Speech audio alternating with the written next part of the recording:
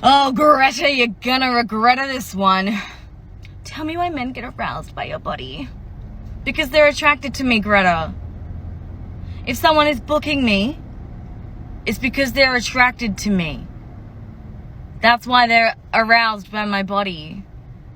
Because fat people are attractive. Fat people are hot. Just because you personally don't find my body or fat bodies attractive doesn't mean that they're not. Right? Right? It's nearly 2022. I don't know why you're still out here trying to like body shame on people's videos, because it's fucking gross. But like, let me just have like a bit of a hot take for a second. Like, it's a really, really hot take. You've probably never heard it before, but maybe the reason that people are attracted to me is because I'm not just a body and I'm a whole ass person. You know, like, I've got a personality, I've got a sense of humor, I care about people, I'm nice to people. I'm not nice to you because, like, you know, sometimes people don't deserve my kindness, but I'm not the one out here fucking leaving body shaming comments on somebody's post that's literally like, hey, look, my body in clothes. I don't want to feel subconscious about it. I'm finding things that I feel cute in, and you're like, tell me why men get aroused by your body. Maybe because it's not your body, because your body is attached to your shitty personality. Absolutely baffling to me how willing men are to let it be known that they have no idea what the patriarchy is, yet they want to fight it so bad because they want to be oppressed so bad. I'm over it. I almost agreed with everything this creator said apart from one thing, but I will start with saying one thing. This is what male oppression is to me, or men oppression is. Help me! Help me! The only thing I didn't agree with in that video is that patriarchy has existed since the beginning of time. Yes, we see patriarchy in different cultures and ethnicities from all over the world, right? But it wasn't a universal thing, and the patriarchy that we see now is a form of white supremacy. Apart from that, what are men doing to actively end patriarchy that is so-called oppressing you? That you contribute to every day, that we all contribute to every day? They constantly come for feminists. They constantly come for trans people decolonizing gender, or womanists. But people like this, men like this, just piss me off. Because it's hypocritical to complain about something that you benefit from and that you love. Because every active movement to stop patriarchy, you have dissolved. And I say, here's your job. When I ask you an inappropriate question, don't answer the question. Don't answer the question. Instead, ask me one back. Put your attention on me and ask me a question. Double points if you question my question. Triple points if you question my right to ask the question. Great, game on, here we go. So we begin, and I go to the first woman and I go, do you like sex? And she goes, well, depends with who, maybe, no. And the whole room laughs, because she answered the question. Okay, I give the instruction again. I'm gonna ask you an appropriate question. Your job is to put your attention on me, ask me a question back. I go to the next woman and I say, why didn't you have children? And she looks very uncomfortable, and she begins to talk about her life choices and her fertility issues, and suddenly she stops. I can't believe I didn't have to tell you all of that. What's so crazy is the conditioning is so strong that even when I tell them not to answer the question, they freeze and comply. Automatic response. Automatic response. And believe me, I've tried this in a room full of men, and they do not need the instructions.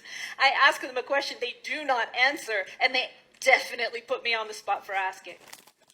Okay, so back to the lecture hall. Fourth woman, fifth woman, they start to get it. They start asking me questions back, putting me on the spot, leaving me speechless. Great. Some are simple. Why do you ask? Do you realize how you sound right now? Or, what exactly can we do in your hotel room that we can't do right here, boss? They start getting the hang of it. So, practically speaking, there are two benefits to this. Practically speaking, right? Number one, the woman who's frozen, if she can get her attention out and she can ask a question, she has a moment to breathe. If it's a dangerous situation, this moment is exactly as much time as she needs to get the hell out of the room. Or she has a moment to think, what's her next move? What's the situation, right? On the other side, the benefit is that the other person has a chance to answer, has a chance to clarify where they're coming from, because not all men are predators waiting for the next chance to take sexual advantage of a woman. But the real gift in this turning the spotlight and asking a question. Part 2 on the hypersexualization and hypermasculinization of black women. I want you guys to understand these two things occur at the same time. And this stems from slavery. The Sapphire and Jezebel caricatures, basically portraying black women as predatory, promiscuous seductresses, who are also overbearing, masculine, and angry. I also want to discuss the role colorism plays into it. For starters, if a white Latina is outspoken, she's labeled as feisty. Me as a black Latina or a black woman in general, I'm outspoken, now I'm masculine.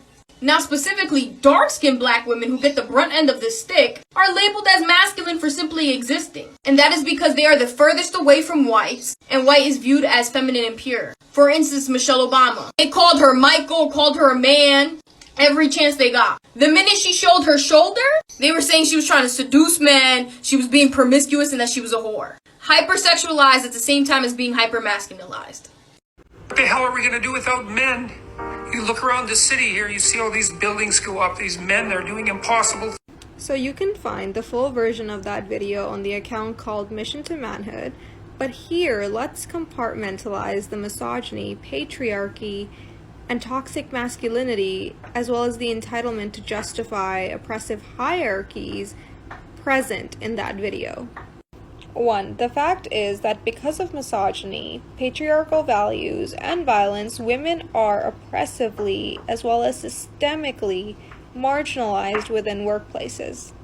They are either not welcomed because of unfair treatments or because of social, political, economic, and kinship systems which strategically dispose them. 2, he's talking about men doing impossible things when all men benefit off of the systemic oppression which women are forced to comply with. The toxic masculinity is raging through that video because of the internalized entitlement to status, completely neglecting the efforts made by women and ignoring intergenerational traumas. 3, he talks about men having an important role to play, but then calls toxic masculinity an appalling phrase. Men like this feel so entitled to maintaining an elite status within social stratifications, which continue to dispose women from these spaces through oppression. It's absolutely insidious that men have the audacity to behave and think this way when this entire civilization has been built to coddle them.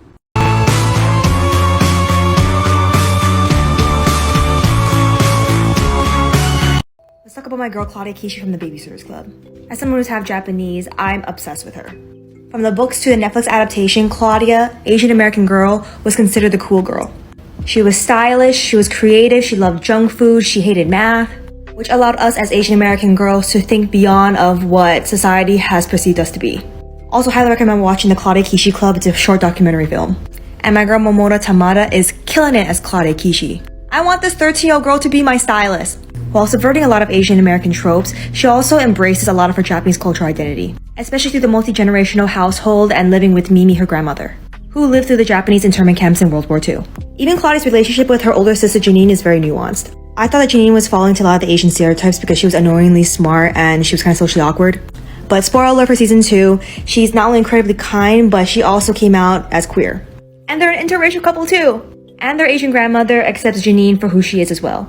Love this show. Patriarchy teaches us that sex for women is a giveaway, while for men it's a takeaway. She saves herself, gives herself to the right one, and then her virginity is lost. In this equation, there is nothing in sex that's for her to take, whereas he takes and scores, and there is nothing in sex for him to give. When her mind is programmed to give, she struggles to say no. When his mind is programmed to take, he struggles to accept no. Trying to teach consent without first eradicating purity culture and normalizing female pleasure is like trying to teach a bird how to fly after you chopped off its wings. I challenge anyone on this app to list one thing, just one thing, that has been accomplished without a woman. I'll wait. I'm moving this to my page just to be nice to Oliver. But this dude wants to debate so bad, and this is his first premise. Men are stronger, better at fighting, more tolerable to pain, more logical, we don't play off emotions, men have more innovation and creation. Let's be a little bit more specific. Stronger how? You realize every single human fetus that has ever been born started out as female, right? Because research and evidence continues to support the claim that male embryos are weaker than female ones, which means male embryos are more likely to miscarry than female ones. So already in terms of physical strength, male human babies are weaker than female human babies. Men are better at fighting than women are. What kind of fighting are we talking about? Boxing, mixed martial arts, fencing? Or do you mean fighting for survival in an evolutionary stance? Because being better at fighting depends on how well trained you are. A female jiu-jitsu master could kick a male boxer's butt. It looks like I'm best and you're the worst. Here is fire how your physical It looks like I'm best and you're the worst. Here is fire how your physical